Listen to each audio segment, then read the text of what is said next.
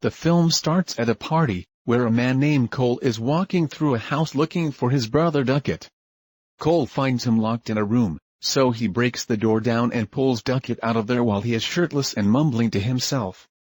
Cole then yells at everyone filming the scene on their phones and tells them to stop before Duckett stabs Cole, and then goes outside to stab himself in the eye. To the horde of other partygoers. Elsewhere, 17-year-old Mia is going through the second anniversary of the death of her mother Rhea, whom Mia believes suffered an accidental overdose.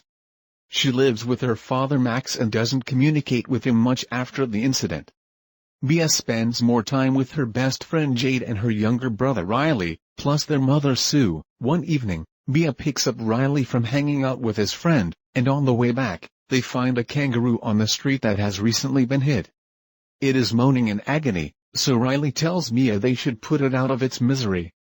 Mia attempts to drive over the kangaroo's head, only to find herself unable to do so and just drives around it instead. Jade convinces Mia to join her for a party, mainly because Jade's boyfriend Daniel will be there. Riley joins them as they sneak out. The party is hosted by Joss and Haley. Everyone gathers as they take out an embalmed hand of a medium with writing scribbled on it. The purpose of their game is to hold onto the hand so that spirits may be conjured.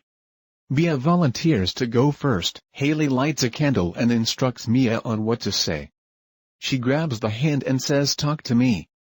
Mia sees the spirit of an old man and freaks out at first, but then goes back and repeats the phrase, followed by "I let you in." She sees the spirit of a grotesque-looking woman and holds for longer than before. Mia appears possessed and starts speaking in a creepy, threatening voice toward Riley before the hand is pulled from her grip. The group later plays the game again at Jade's house when Sue steps out for the night. The older teens play and have various encounters with the undead, including one instance where Daniel is possessed and starts unintentionally making out with Jade and Riley's dog. Riley then asks to go next, despite Jade going against it and the others thinking he is too young. Still, they go through with it and opt to go for less than a minute.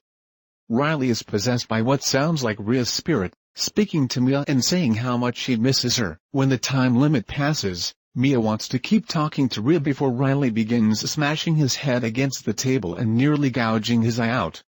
Jade stops Riley from fatally breaking his skull before he is taken to the hospital. When Mia tries to visit Riley at the hospital, both Jade and Sue turn her away, blaming her for what happened to him. She spends more time with Daniel, as she has a crush on him and previously had a brief encounter with him. He sleeps over one night, and Mia appears to see the spirit of an old woman sucking on Daniel's foot. While Mia tries to yell at him to wake up, she wakes up and finds that she is the one sucking his foot. To his horror, Mia takes the hand for herself and sets up her candle to try and speak to Rhea's spirit. She is told that her death was accidental and that she would never want to leave her daughter. Rhea tells Mia that Riley is in pain and needs help. Meanwhile, Jade tries to help Riley at the hospital, but he is still possessed and bites her before falling to the floor and smashing his head against the wall in the bathroom before the doctors subdue him. Mia joins Daniel, Haley, and Joss as they track down Cole, who blames Joss for showing Duckett the hand. Cole tells them that the longer the spirits stay in Riley, the weaker they get, so they will just have to wait it out. Mia comes up with an idea to try and finish the game because she doesn't think they blew out the candle. She goes with Jade to the hospital to try and get the spirits to repossess Riley and find a way to pull him out, but it doesn't work. Mia then goes back in and finds the spirit of a little girl who shows her that Riley is being tormented by dozens of other malevolent spirits. When Mia returns home, Max approaches her and tries to come forward with the truth about Rhea's death. He shows Mia her suicide note, confirming that her death was not an accident. As Mia cries in her room, she sees Rhea's spirit claiming that Max wrote the note as a lie, and also tells her that Riley is suffering and can only be saved through death. Max then appears to be banging on the door, but it's really the evil spirits tormenting Mia. Max hears Mia struggling against Spirit Max and he enters the room, just as Mia tries to stab the spirit and ends up stabbing her father in the neck with scissors. Mia tricks Jade into leaving the hospital and going to her house, while Mia goes back to the hospital and talks to Sue. She tells Mia that she was never to blame for what happened to Riley, and she lets Mia be alone with him.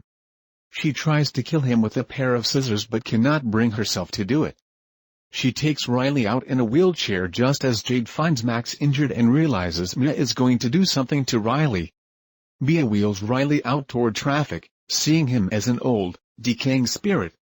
Mia's spirit tries to make Mia push him. While Jade arrives in time, Mia ends up letting go, but Jade pushes her into traffic, causing a car to strike her. Mia wakes up, not realizing she is dead. She finds herself transported to the hospital, where Riley has made a full recovery and is seen going home with Jade and Sue. Max also appears to be healed from his wounds, but as Mia tries to follow them, nobody can hear her as the lights in the hospital begin to go out. She then sees a dim light and finds a hand reaching out. When she grabs it, she finds herself facing a man in another country playing the Talk to Me game, and she is now part of it. Don't forget to support our channel by like the video and subscribe for more movies. Thanks for watching.